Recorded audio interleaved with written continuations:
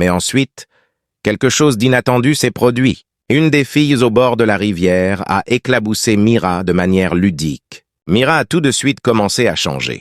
Sa peau commençait à ressembler à des écailles de poisson et elle se transformait en poisson. Il était une fois, dans un paisible village africain, une femme nommée Nia et son mari. Ils étaient mariés depuis de nombreuses années et pourtant ils n'avaient pas d'enfants. Nia avait conçu plusieurs fois, mais chaque grossesse se terminait par une fausse couche au bout de quelques semaines seulement. La famille du mari lui a suggéré d'épouser une autre femme, croyant que Nia était une sorcière qui utilisait ses fausses couches pour des rituels de sorcellerie. Cependant, son mari l'aimait profondément et restait confiant dans sa conviction qu'un jour, Nia lui donnerait un enfant. Après de nombreuses années, Nia est tombée à nouveau enceinte. Les villageois, sceptiques face aux événements passés, anticipaient une nouvelle fausse couche. Ils ont dit « c'est comme ça qu'elle tombe toujours enceinte ». Mais juste après quelques semaines, elle l'utilisait pour un rituel. Mais contre toute attente, Nia a porté la grossesse au-delà de 9 mois. Et, au grand étonnement des villageois, elle a donné naissance à des jumeaux. 2 belles filles nommées Mira et Nana. Il s'agit d'un événement sans précédent dans le village puisque des jumeaux n'y étaient jamais nés auparavant. Le village se réjouit de la bénédiction de Nia. Des gens de partout venaient chez elle et la couvraient de cadeaux. Car les jumeaux étaient considérés comme une grande bénédiction. Au fur et à mesure que Mira et Nana grandissaient, elles devinrent des figures bien aimées du village. Des hommes et des femmes leur rendaient visite juste pour passer du temps avec eux. Certains les sortent même pour les offrir avec des cadeaux, puis les rendent sains et saufs. Les jumeaux étaient comme des rayons de soleil, adorés par tous les habitants du village. Mira et Nana les jumelles ont grandi. Et leur charme était comme un sortilège sur les villageois. Tout le monde les aimait. Mais un jour, quelque chose d'étrange s'est produit et a montré aux villageois une autre facette de ces jumeaux. Amanda, une commerçante bien connue du village, emmenait souvent les jumeaux avec elle. Un jour, elle les emmena au marché. Ignorant Amanda, Mira et Nana ont commencé à manger sa nourriture. Amanda, furieuse, les a grondés et les a battus. Mais les jumeaux, au lieu de pleurer, se contentèrent de rire. Ils ont dit à Amanda que les marques des coups apparaîtraient sur sa propre fille à son retour chez elle. Mais Amanda a considéré leurs paroles comme de simples paroles d'enfant. Mais quand Amanda est rentrée à la maison, elle a été choquée. Sa fille était là, en train de pleurer, avec des marques sur le dos. Exactement là où Amanda avait battu les jumeaux. Elle ne pouvait pas comprendre comment cela s'était produit. Amanda en a parlé aux villageois, mais personne ne l'a cru. Ils pensaient qu'elle rêvait, ou qu'elle l'inventait. Mais cet incident a changé la façon dont le village percevait les jumeaux. Plus Mira et Nana grandissaient, plus elles devenaient mystérieuses. Leur capacité à transmettre la douleur aux autres a semé un mélange de peur et de crainte dans le cœur des villageois. Les jumeaux, autrefois considérés comme une bénédiction, étaient désormais également considérés avec prudence. Leur pouvoir, source d'émerveillement et d'inquiétude. À mesure que Mira et Nana grandissaient, leur pouvoir mystérieux devenait de plus en plus visible.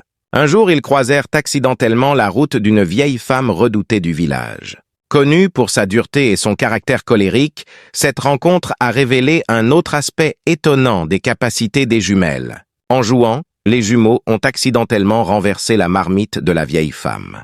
Renversé le porridge qu'elle préparait. Sachant à quel point la vieille femme était méchante et dangereuse, ils s'excusèrent immédiatement.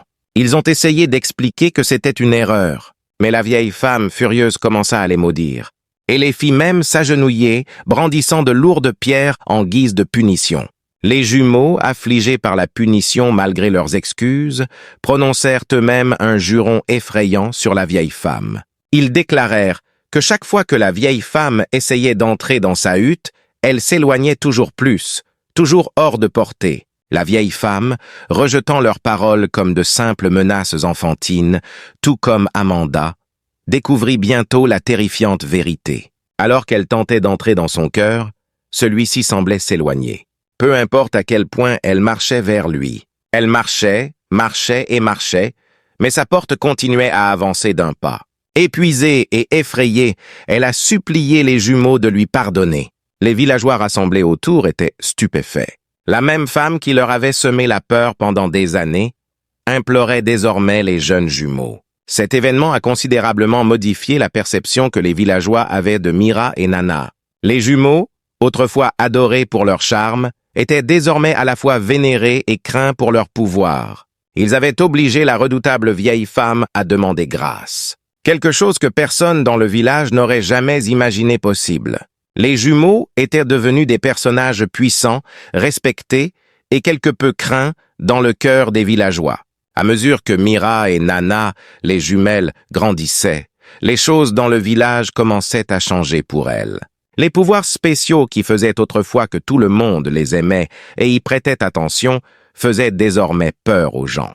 Les villageois qui étaient autrefois charmés par les jumeaux se tenaient désormais à l'écart parce qu'ils avaient peur de ce que les jumeaux pourraient faire. Cette peur a changé la façon dont les gens se comportaient autour de Mira et Nana. Même les jeunes hommes du village qui auraient aimé être leurs amis ou plus ne voulaient plus se rapprocher d'eux.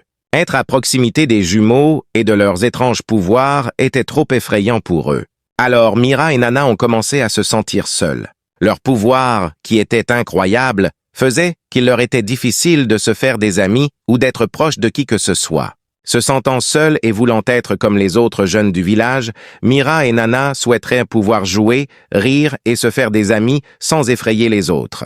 Ils voulaient une vie normale comme tout le monde. Ce souhait les a amenés à penser à enfreindre une règle importante que leur mère leur avait toujours dite. Ne jamais s'approcher de la rivière. Leur mère a toujours été très sérieuse à propos de cette règle, mais elle ne leur a jamais dit pourquoi. Curieuses et désireuses de changer de vie solitaire, Mira et Nana ont décidé d'aller à la rivière, un endroit qu'on leur avait toujours dit d'éviter. Ce choix, fait parce qu'ils voulaient échapper à leur solitude, fut le début d'un grand changement dans leur vie. Mira et Nana, enthousiasmées par l'aventure et désireuses de s'intégrer, se sont dirigées vers la rivière. La rivière était toujours occupée par des gens qui se lavaient, nageaient et s'amusaient dans l'eau fraîche. Les jumeaux voulaient en faire partie, jouer et être comme les autres villageois sans souci ni peur. Au début, la présence des jumeaux provoquait peur et confusion.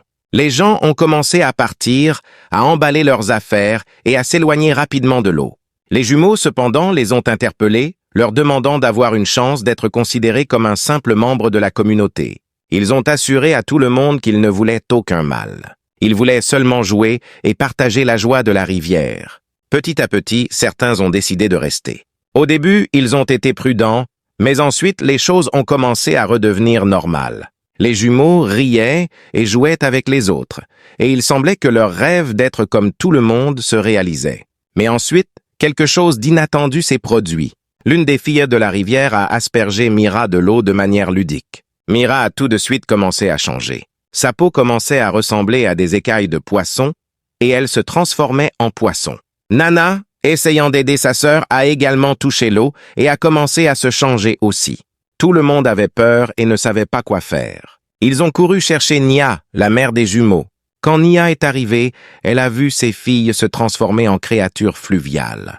Elle avait le cœur brisé et pleurait en voyant cette chose étrange arriver à ses filles. Sa tristesse remplissait l'air au bord de la rivière, montrant à quel point elle se sentait impuissante alors que sa fille changeait d'une manière que personne ne pouvait comprendre.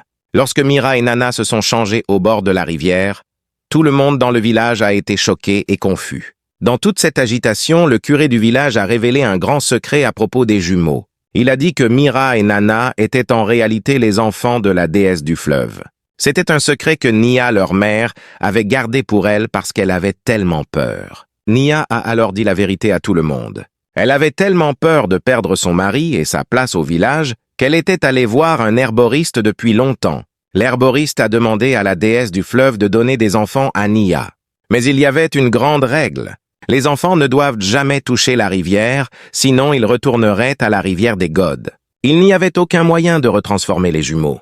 Et maintenant, tout le monde savait qu'ils appartenaient à la déesse du fleuve. Mais il y a plus dans l'histoire. Nia, désespérée d'aider ses filles, est allée trouver l'herboriste qui l'avait aidée auparavant. Mais lorsqu'elle arriva chez l'herboriste, elle apprit qu'il était décédé il y a quelques années. Il n'y avait pas d'autre moyen d'aider les jumeaux. Faute d'autre solution, le village a dû faire un choix très triste.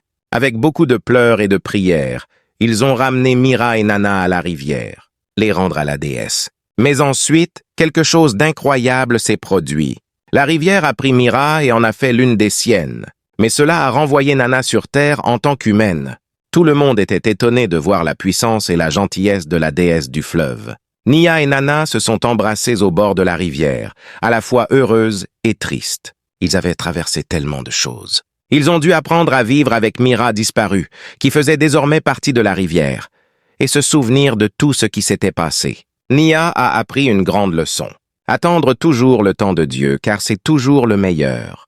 Vous voyez, l'histoire de Mira et Nana, les jumelles que les gens appelaient autrefois le mal, s'est transformée en une histoire d'amour, de confiance et d'acceptation des choses dans le village. Cela a montré que parfois les meilleures choses se produisent d'une manière inattendue, et les mystères de la vie peuvent enseigner des leçons importantes. Nia et Nana, leur vie a changé parce qu'elles ont vécu, ont trouvé la paix et ont appris à être reconnaissantes chaque jour. Ils ont toujours ressenti un lien particulier avec la rivière, qui leur avait tant apporté et aussi emporté. J'espère que vous avez apprécié le conte. Si tel est le cas, aimez la vidéo, abonnez-vous à la chaîne et activez la cloche de notification pour ne pas rater le prochain. Au revoir.